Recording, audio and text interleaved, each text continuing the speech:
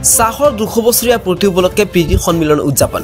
চাহ শ্ৰমিকৰ একতা সমন্বয় আৰু অধিকাৰৰ প্ৰতীক হিচাপে কাম কৰি অহা অসম চাহ মজদুৰ সংঘৰ উদ্যোগত চাহ বাগিচাৰ 200 বছৰীয়া পূৰ্তি উদযাপন কৰা হয়। এই উপলক্ষে নাজিৰা আৰু মৰাণ শাখাৰ উদ্যোগত গেলিকি চাহ বাগিচাৰ আতিথ্যত এক বিশেষ প্ৰীতি সন্মিলন অনুষ্ঠিত হয়। গেলিকি ইক পাৰ্কত আয়োজিত এই বিশেষ অনুষ্ঠান পুৱা 11 বজাৰ পৰা আৰম্ভ হয়। চাহ জনগোষ্ঠীৰ পৰম্পৰাগত ঝুমুৰ নৃত্যৰে শুভাৰম্ভ কৰা হয় প্ৰীতি সন্মিলনৰ। নাজিৰা আৰু মৰাণ শাখাৰ শতাধিক চাহ শ্ৰমিক তথা বিভিন্ন প্ৰাথমিক গোটৰ সদস্যাই উলহ-মালহেৰে অংশগ্ৰহণ কৰে। প্ৰীতি সন্মিলনত বিশিষ্ট অতিথি হিচাপে উপস্থিত থাকে প্ৰাক্তন কেন্দ্ৰীয় মন্ত্ৰী পৱন সিং গটোৱাৰ আৰু অসম বিধানসভাৰ বিৰোধী দলপতি দেৱব্ৰত শইকীয়া। এই বিশেষ অনুষ্ঠানত চাহ শ্ৰমিকসকলৰ মৌলিক সমস্যা, শিক্ষা, ন্যায্য মজুৰি বৃদ্ধি আৰু অন্যান্য দাবী সন্দৰ্ভত বিশেষকৈ আলোচনা কৰা হয়। চাহ মজদুৰ সংঘৰ নেতাসকলৰ লগতে প্ৰাক্তন কেন্দ্ৰীয় মন্ত্ৰী পৱন সিং গটোৱাৰ চাহ শ্ৰমিকসকলৰ সমস্যা সমাধানৰ ক্ষেত্ৰত চাহ কোম্পানীৰ মালিক পক্ষৰ সৈতে চৰ্চা আৰু চৰকাৰী সহযোগিতাৰ প্ৰয়োজনীয়তা তুলি ধৰে। ইয়াৰ আগতে আমাৰ বিহুৰ অনুষ্ঠিত কৰিছিলে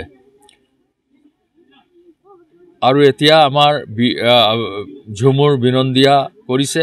সাংস্কৃতিকভাৱে এইটো চৰকাৰে যিটো পদক্ষেপ লৈছে এইটো আমি ধন্যবাদ জনাইছোঁ, কিন্তু লগতে এই মানুহখিনিৰ যিবোৰ মৌলিক সমস্যা আছে সেই সমস্যাবোৰো সমাধান কৰিবৰ কাৰণে চৰকাৰে আন্তৰিকতাৰে কামবোৰ কৰিব লাগে।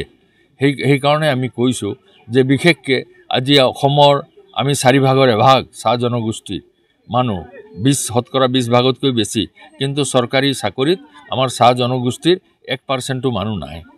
বিভিন্ন ক্ষেত্ৰত যাতে আমাৰ শিক্ষিত ল'ৰা ছোৱালীবোৰে চৰকাৰী চাকৰিৰ আৰু অন্যান্য সুবিধাবোৰ পায় তাৰ কাৰণে ব্যৱস্থা ল'ব লাগিব। চাহ বাগিচা অঞ্চলত আজি অসম চাহ মজদুৰ সংঘৰ প্ৰচেষ্টাত চাহ বাগিচাৰ যিমান কেৰেণী হওক, ৱেলফেয়াৰ হওক, অন্যান্য পোষ্ট ওলাইছে সেইবোৰ আমি আমাৰ নিজৰ সংঘৰ যোগেদিয়ে কৰিছোঁ, কিন্তু অন্যান্য অনুষ্ঠানত যাতে আমাৰ শিক্ষিত ল'ৰা ছোৱালীবোৰে পায় তাৰ কাৰণে এইটো ব্যৱস্থা ল'ব লাগে। আৰু অকল স্কুল ঘৰ সাজি দিলেই নহ'ব, এই স্কুল ঘৰত আচল শিক্ষকসকল দিব লাগিব আৰু শিক্ষকসকলৰ লগতে যাতে চাহ জনগোষ্ঠীৰ ছাত্ৰ ছাত্ৰীবোৰ শিক্ষা গ্ৰহণ কৰিবলৈ যায় তাৰ কাৰণেও ব্যৱস্থা ল'ব লাগিব। কাৰণ আজি অসমৰ যিমান জনগোষ্ঠী আছে তা সকলোতকৈ আমাৰ চাহ জনগোষ্ঠীৰ লোকসকল শৈক্ষিকভাৱে পিছপৰা। তো এইবোৰ